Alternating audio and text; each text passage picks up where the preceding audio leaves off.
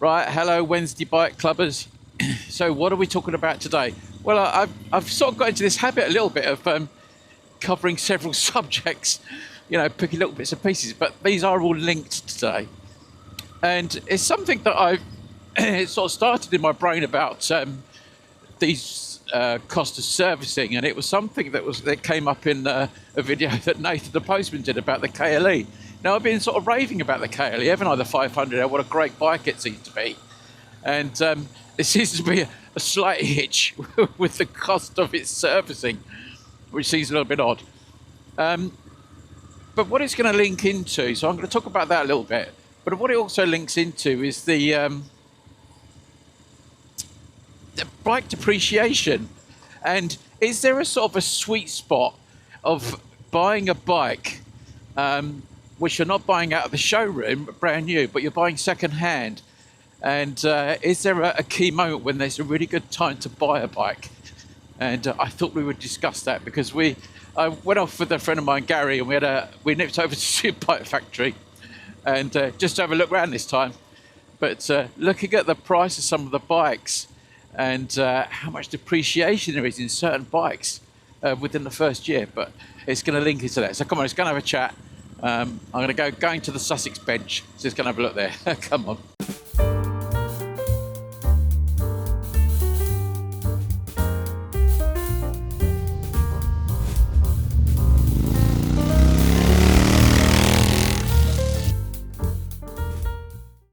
Right, so welcome to the Wednesday Bike Club.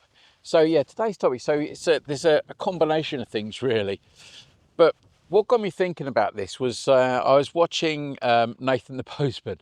I think he called it a bit of a rant, but he's just bought into his fleet of bikes, hasn't he? A KLE500, the Kawasaki, and which I think he thought was a really good bike, and it is a good bike. But then he got quoted some figures for the sort of servicing package for that bike, which was pretty much sort of seemed very out of proportion to the value in the bike. And I think they was looking at the cost of the major service, with the valve clearances and all that sort of stuff, getting on for £1,000. And you think, where the hell does that cost come from? And I think there's this thing, isn't there, with cost of servicing on bikes in general, that it's way out of proportion to the value of the bike. When you think of the cost of getting a general service on a car, you can take a car to most sort of garages these days and you could get like an interim service, can't you? Oil change, oil and filter change, and a quick check over around the sort of 150 quid mark.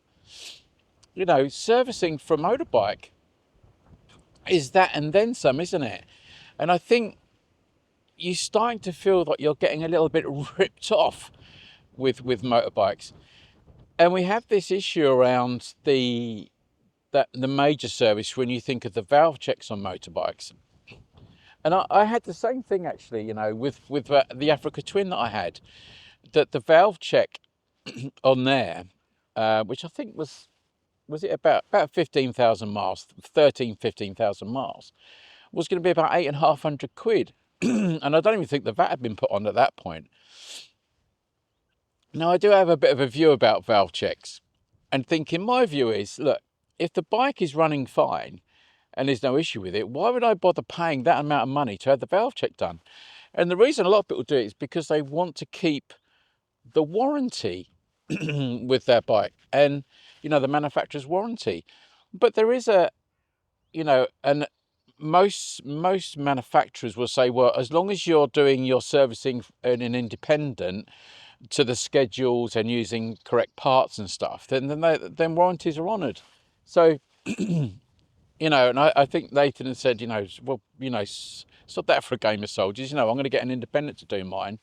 And would you even bother doing the valve check anyway, as long as it's running okay? I can remember I looked at the valve check thing for the Honda and seeing I think it was someone in America, Australia, had gone something like 160,000 kilometres and they still hadn't had the valves done. And he said, it's running all right. Why would I worry about it? And I never had mine done on my bike. I thought, well, it's running perfectly well. And most of the time, if the if you take it to the sort of like the lower end of it, like the Enfields, you know, the J series, you know when your valves need doing, because you know it'll pop and crack and makes all sorts of funny noises from the exhaust, because you know the valves need redoing, or the valve adjustment needs doing, and that's all you really need to worry about, isn't it, really? I know on the Hunter, my Hunter, which is now Karen's, we had that. It was popping and banging. Thought, oh, let's get the valves done. So we did. I was going to let this tractor go past. This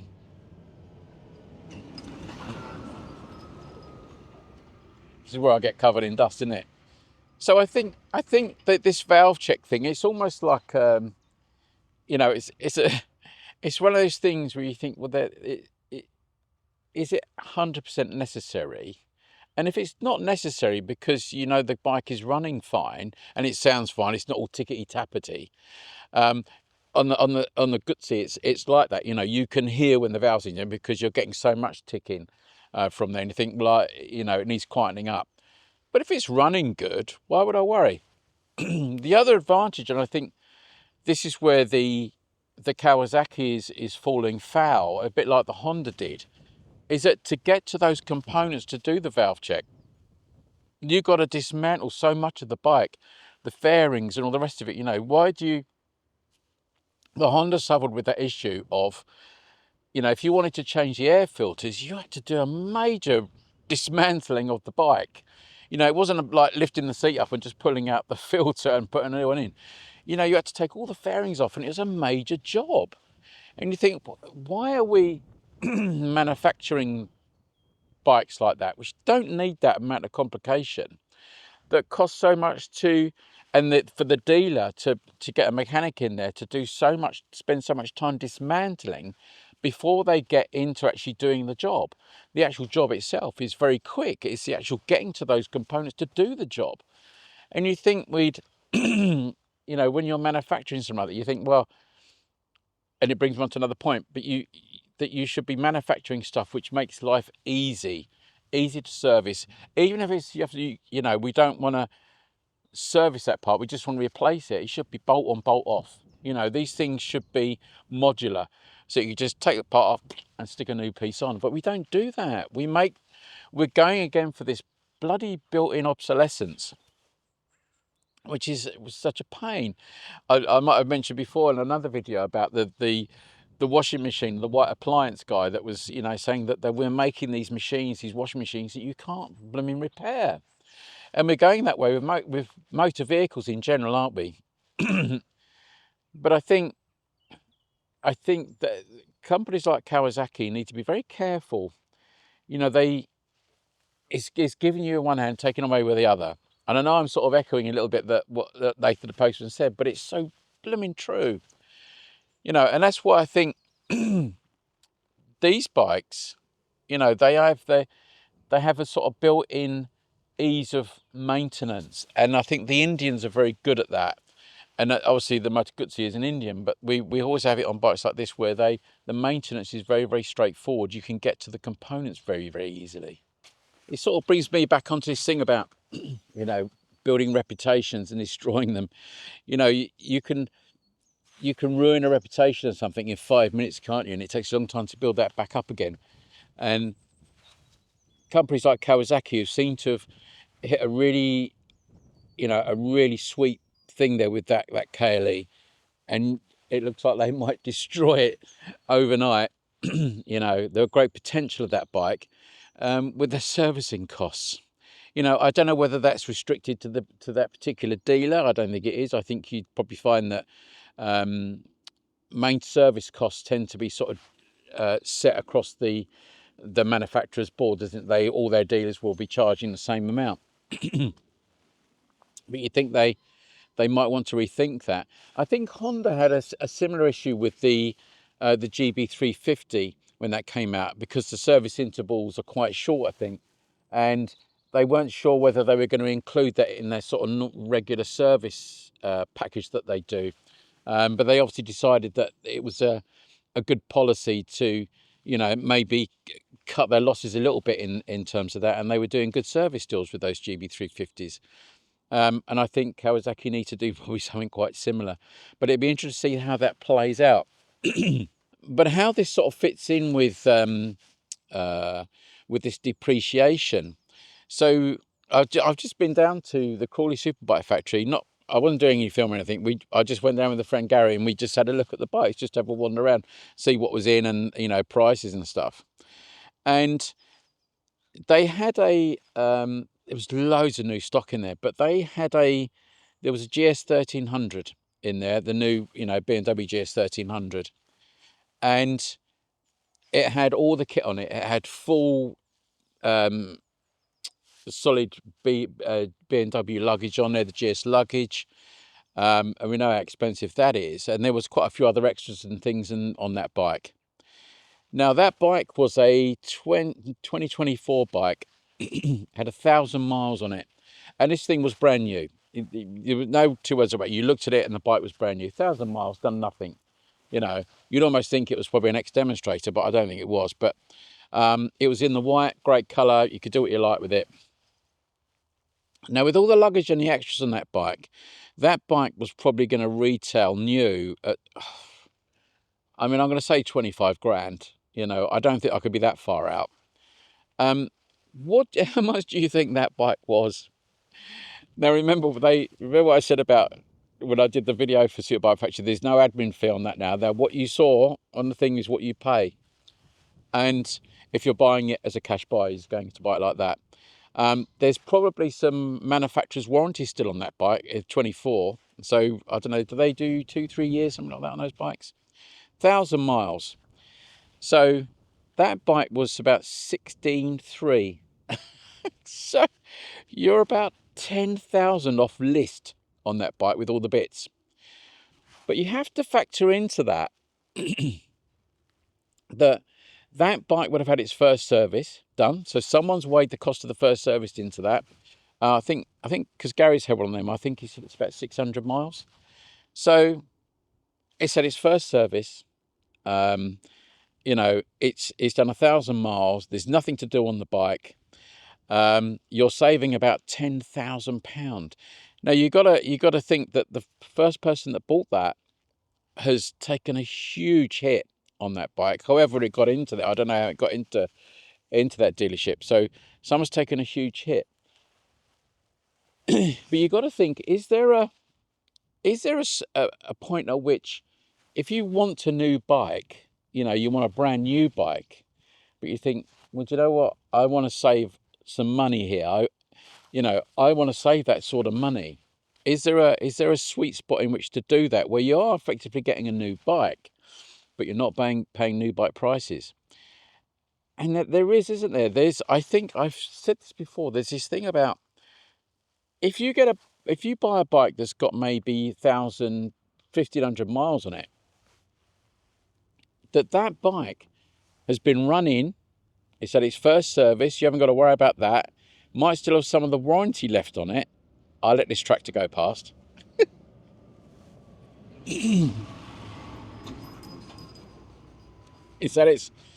I think they're muck spreading. That's what they're doing. A lot of getting any crops in, they're muck spreading. It's had its first service. It's still going to have some of its warranty left on it. So you've removed the cost of the servicing, and it's been running. I mean, that saves you. It saves you time. It saves you having to go back to the dealer to get it serviced in time and aggravation. You got to think, and you're saving £10,000. I mean, that's not to be sniffed at, is it? That's an extraordinary amount of money. And you think that'd be similar with lots of other bikes. So what was also sitting next to that, I'll show you the picture, sitting next to that bike, interestingly, was at the other end of the adventure bike scale, was a 451 Hemi there. Again, in the white, with luggage and all the rest of it. That had about 3,000 miles in it from memory. So again, it's been running. I don't think there'd be any other manufacturer's warranty left on it, but it was immaculate. This bike was immaculate, and there was lots of things that there was grip protectors, the bark busters and that sort of stuff on there. And that was going to save you about £1,800 off list on that bike. So again, you got to think, why would you go new? Why the hell would you go new? And the cost of servicing of both those bikes, if you decide not to go main dealer, you think, well, I'm going to go independence now, or just do it yourself, because the GS is not a difficult bike to service in as much as oil change, the same as the Enfield. You know, you can, I mean, I know the price of oil, that's a sore point, isn't it? The price of your engine oil and stuff like that is quite expensive now, isn't it?